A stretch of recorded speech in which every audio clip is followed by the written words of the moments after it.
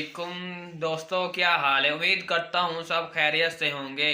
तो आज की मैं ये वीडियो उन 7 खुश नसीब लोगों के लिए है जिसे अल्लाह ताला क़यामत के दिन अपने अर्श का साया नसीब करेगा।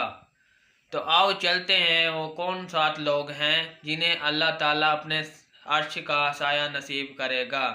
पहला आदमी आदिल हुक्मरान।